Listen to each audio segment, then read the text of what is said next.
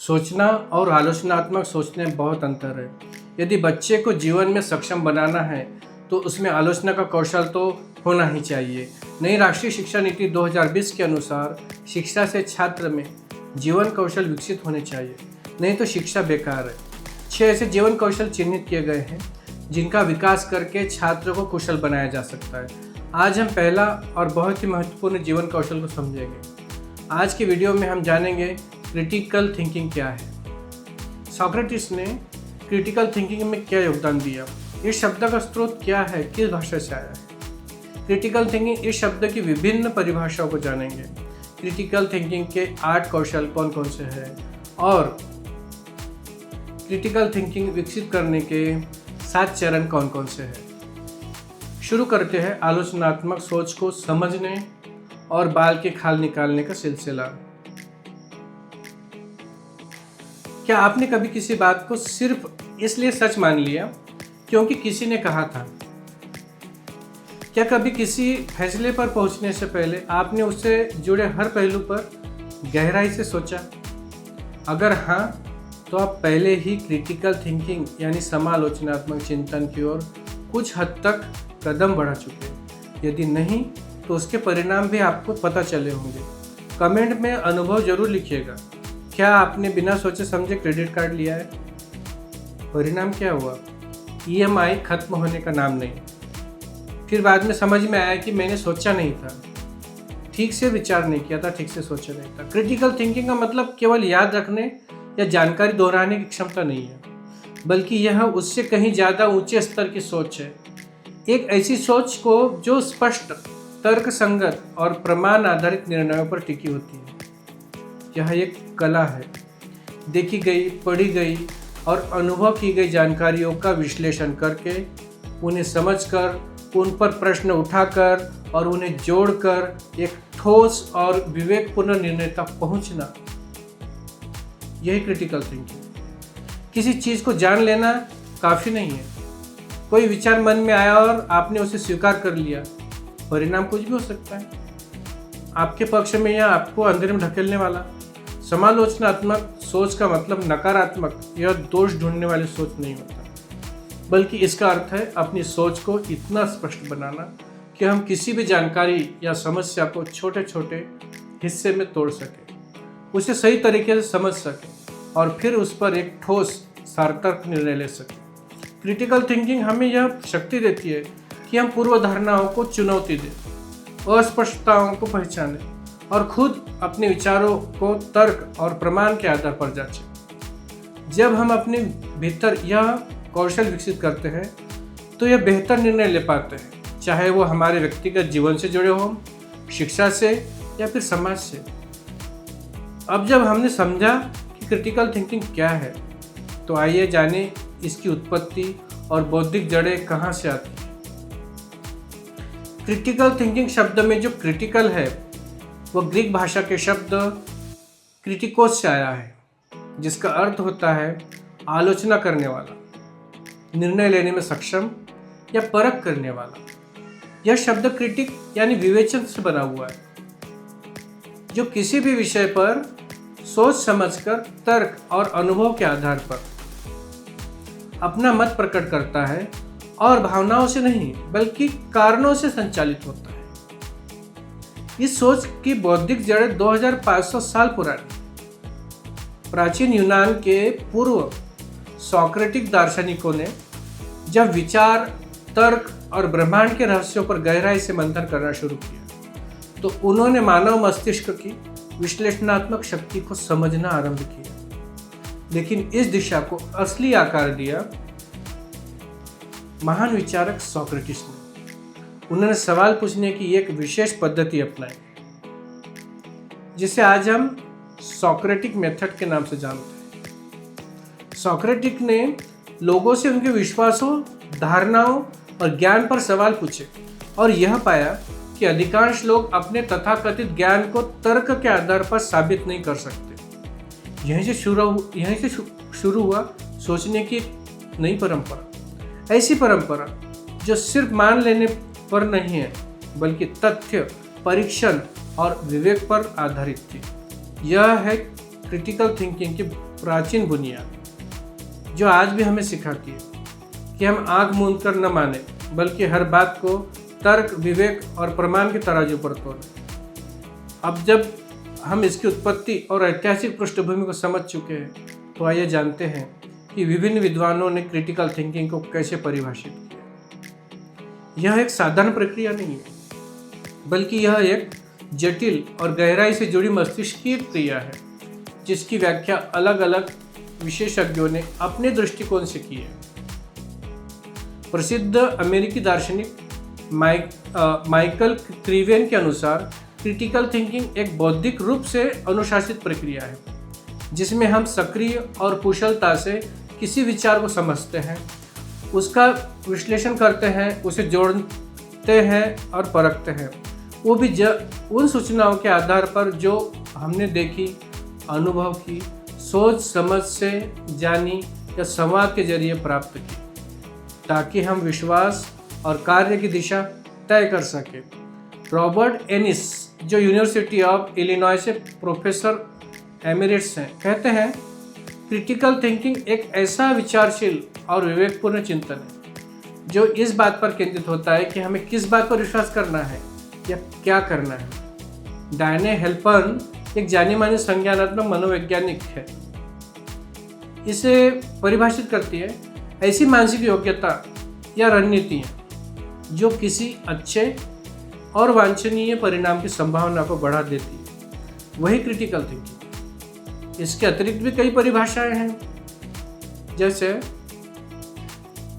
अनुशासित चिंतन, जो स्पष्ट, वर्तमान, खुले मन से किया गया हो और जिसे प्रमाणों से पोषित किया गया हो। उसके बाद में एक उद्देश्यपूर्ण आत्मनियंत्रित निर्णय प्रक्रिया, जिसमें व्याख्या, विश्लेषण, मूल्यांकन, निष्कर्ष निकालना और सबूतों व संदर्भों के आधार पर स्पष्टता लाना शामिल होता है। और सबसे महत्वपूर्ण बात, क्रिटिकल थिंकिंग में यह प्रतिबद्धता भी होती है कि हम अपने विश्वासों और मतों का निर्माण तर्क और प्रमाण के आधार पर करें। इन परिभाषाओं से एक बात तो स्पष्ट होती है कि क्रिटिकल थिंकिंग सिर्फ सोचने का तरीका नहीं है, बल्कि यह एक सोचने की संस्कृति है जो सवाल उठाने, उत्तर तलाशने और अपने मत को मजबूत आधार देने की प्रेरणा देती है। अब सवाल यह है, क्या क्रिटिकल थिंकिंग कोई एक ऐसी तकनीक है? क्या क्रिटिकल थिंकिंग कोई एक तकनीक है? नहीं, यह एक समग्र कौशल है जो कई मानसिक क्षमताओं, गुणों से मिलकर बनता है। तो आइए जानते हैं 8 ऐसे जरूरी कौशल जिन्हें विकसित करके एक सशक्त क्रिटिकल थिंकर बन सकते हैं। पहला है विश्लेषणात्मक सोच, एनालिटिकल थिंकिंग।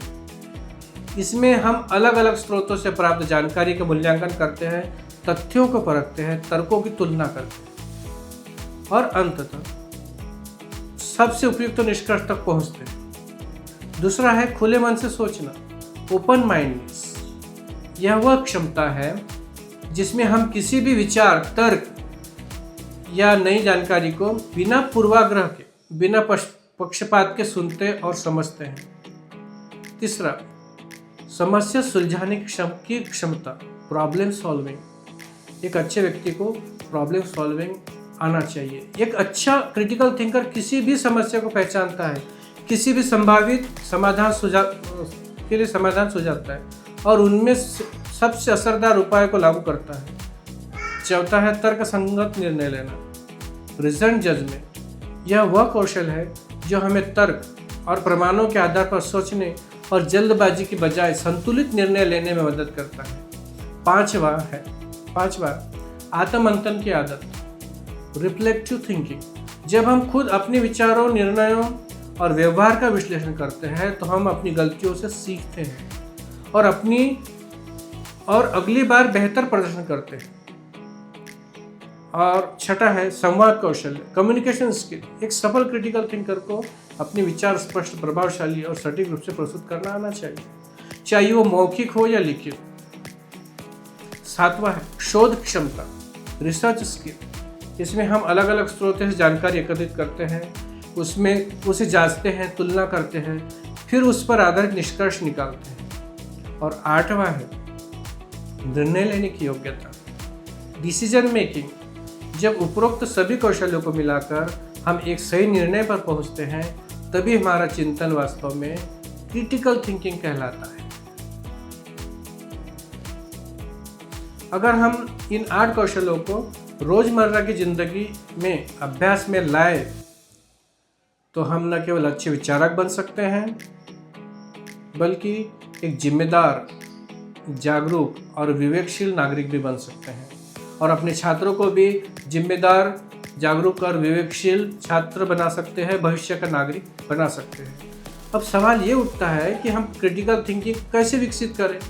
क्या यह कोई जन्मजात प्रतिभा है? नहीं, अंशतः हाँ भी, लेकिन उसको विकसित कैसे करें? यह एक सीखी जा सकने वाली कला है, और अच्छी बात यह है कि इसे 7 सरल कदमों से सीखा जा सकता है। पहला चरण है समस्या या प्रश्न की पहचान करना। Identify the problem of question. किसी भी सोच की शुरुआत होती है एक सवाल या समस्या से। हमें खुद से पूछना है, क्या हो रहा है, क्यों हो रहा है, क्या मैं कोई पूर्व धारणा से ग्रसित तो नहीं हूँ? समस्या को अलग दृष्टिकोण से देखिए, तभी आप सही दिशा में सोच पाएंगे। और उसका अगला चरण है प्रासंगिक जानकारी एकत्रित करना। Gather relevant information. इस चरण में हम विश्वसनीय स्रोतों से तथ्यों, आंकड़ों और साक्ष्यों को इकट्ठा करते हैं। बिना जानकारी के कोई भी निष्कर्ष अधूरा और भ्रमित करने वाला होता है। तीसरा, आंकड़ों का विश्लेषण और मूल्यांकन। Analyse and evaluate data. अब जो जानकारी हमारे पास है उसे ध्यान से देखें, परखें और उसका मूल्यांकन करें। क्या यह जानकारी सटीक है? क्या यह किसी एक पक्ष की ओर झुकी हुई है? चौथा चरण, वैकल्पिक दृष्टिकोणों पर विचार करना। Consider alternative points of view. एक अच्छे क्रिटिकल थिंकर के लिए जरूरी है कि वह केवल अपने मत तक सीमित न रहे, अपने खुद के विचारों तक सीमित न रहे। हमें दूसरों की सोच, अनुभव और दृष्टिकोण को भी सुनना और समझना चाहिए।